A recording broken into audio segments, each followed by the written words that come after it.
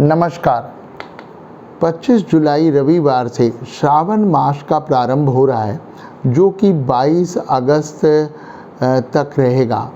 22 अगस्त को रक्षाबंधन के दिन, पूर्णमासी के दिन सावन मास की समाप्ति होगी। हमारे पुराणों में, धर्मशास्त्रों में सावन मास का बहुत महत्व विस्तार से बताया गया है। यदि हम उन नियमों का पालन करें तो हम लोगों को क्या क्या लाभ होंगे और किस प्रकार से हम लोग सुख शांति पा सकते हैं, अपनी मनोकामनाओं को पूर्ण कर सकते हैं। लेकिन मैं संक्षेप में आपको कुछ खास बातें बताऊंगा कि आप सबको मालूम है कि सावन के मास में भगवान शिव की पूजा का विशेष महत्व होता है और भगवान शिव सभी देवताओं में सबसे दयालु देवता कहे जाते हैं। भगवान शिव को प्रसन्न करने के लिए महामृत्युंजय मंत्र या मृत्युंजय मंत्र का जप करना और रुद्राभिषेक करना, ये दो विशेष विधियां हैं जिनसे हम लोग भगवान शिव को प्रसन्न कर सकते हैं। तो इस मास में हम सभी लोगों को अधिक से अधिक रुद्राभिषेक करने का प्रयास अवश्य करना चाहिए।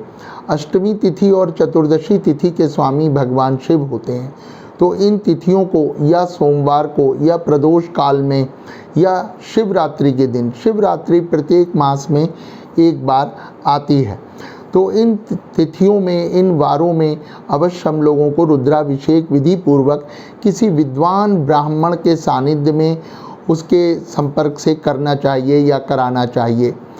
गन्ने के रस से अभिषेक करने से विधि पूर्वक लक्ष्मी माता की कृपा होती है। और यदि मधु यानी शहद से अभिषेक किया जाए तो जटिल रोग जैसे टीबी, टाइफाइड आदि भी दूर होते हैं। तो जो लोग असाध्य रोगों से पीड़ित हैं उनको मधु से करना चाहिए। किसी तीर्थ स्थान के जल से विधि पूर्वक अभिषेक करने से हमें सुख शांति की प्राप्ति होती है। यदि गो दुग्ध से यानी गौ माता के दूध से यदि अभिषेक किया जाए तो जिन लोगों को पुत्र संतान में बाधा होती है उनको पुत्र संतान की इच्छा पूरी करने के लिए श्रद्धापूर्वक गो दुग्ध से रुद्राभिषेक करना चाहिए या विद्वान ब्राह्मण से कराना चाहिए, तो उनकी इच्छा भगवान शिव की कृपा से पूरी होगी। यदि विधि पूर्वक सरसों के तेल से अभिषेक करें तो शत्रुओं का विनाश होता है। तो जो लोग किसी कारणवश शत्रुओं से विशेष रूप से पीड़ित हैं या भयभीत हैं तो उन्हें शत्रु बाधा से मुक्त होने के लिए सरसों तेल से अभिषेक करना चाहिए। इस तरह से बहुत सारी चीज़ों से अलग अलग तरीके से अभिषेक होता है, तो सभी प्रकार के अभिषेक से लाभ होता है और लक्ष्य की अभिलाषाओं की प्राप्ति पूर्ति होती है। लेकिन इसमें श्रद्धा से, विधि से करना बहुत ज़रूरी है। सही मंत्रों के उच्चारण के लिए आपको किसी विद्वान ब्राह्मण के सानिध्य अवश्य चाहिए। श्रावण मास में हम सभी को भूमि पे शयन करने का विशेष महत्व बताया गया है और प्रतिदिन ही हम लोगों को शिवालय में जाकर शुद्ध घी का या तिल के तेल का दीपक जलाना चाहिए। काले तिल अवश्य चढ़ाने चाहिए और यथासंभव व्रत रखने का या भक्ति भाव से महामृत्युंजय मंत्र का जप करने से हमारी समस्याएं दूर होती हैं। हम सभी पर भगवान शिव की कृपा होती है, हमारे कष्ट कम होते हैं, कटते हैं। ये सब कुछ इस बात पर निर्भर करता है कि हम लोग कितने ध्यान, कितनी श्रद्धा और कितने विश्वास से ये पूजा और भक्ति करते हैं। तो महामृत्युंजय मंत्र सभी लोग कर सकते हैं। जो लोग किसी कारणवश मंदिर जाने में असमर्थ हों तो वो लोग अपने घर पर ही विधि पूर्वक शंकर जी की पूजा और ध्यान कर सकते हैं। पूजा का वास्तविक फल हमारे ध्यान और श्रद्धा पे निर्भर करता है कि हम लोग कितना अधिक अपने आप को भगवान शंकर से जोड़ पाते हैं।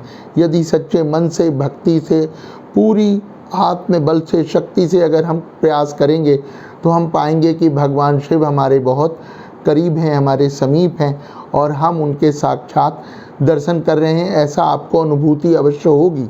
आप करके देखिए और किसी विद्वान जानकार से इसका पूरा ज्ञान करके अवश्य इस विधि को फॉलो करिए। हम लोगों को सावन मास में अपनी इंद्रियों पे पूर्ण नियंत्रण करना चाहिए। क्रोध, लोभ, मोह इन सभी अवगुणों का पूरी तरह परित्याग करते हुए अपने मन को शांत रखकर, मस्तिष्क को शांति रख कर किसी को कड़वे वचन बिल्कुल भी नहीं बोलने चाहिए, क्रोध नहीं करना चाहिए। रुद्राभिषेक का अर्थ है कि हम लोग अपने मस्तिष्क को शांत रखें, ठंडे जल से स्नान करना चाहिए और अपना पूरा ध्यान हम लोगों को अपनी समस्याओं से हटाकर भगवान शिव की भक्ति और पूजा में लगाना चाहिए। तो निश्चित रूप से इसके ऐसे फलों की अनुभूति आपको मिलेगी जो आपका विश्वास और ज़्यादा बढ़ता चला जाएगा और आप सद्मार्ग पे चल के प्रभु की प्राप्ति कर सकेंगे। विस्तार से जानने के लिए आप लोग गीता प्रेस गोरखपुर की पुस्तक है श्रावण मास महात्म्य, इसका अध्ययन करें तो निश्चित रूप से आपका ज्ञान भी बढ़ेगा और आपको सुख शांति भी प्राप्त होगी। नमस्कार।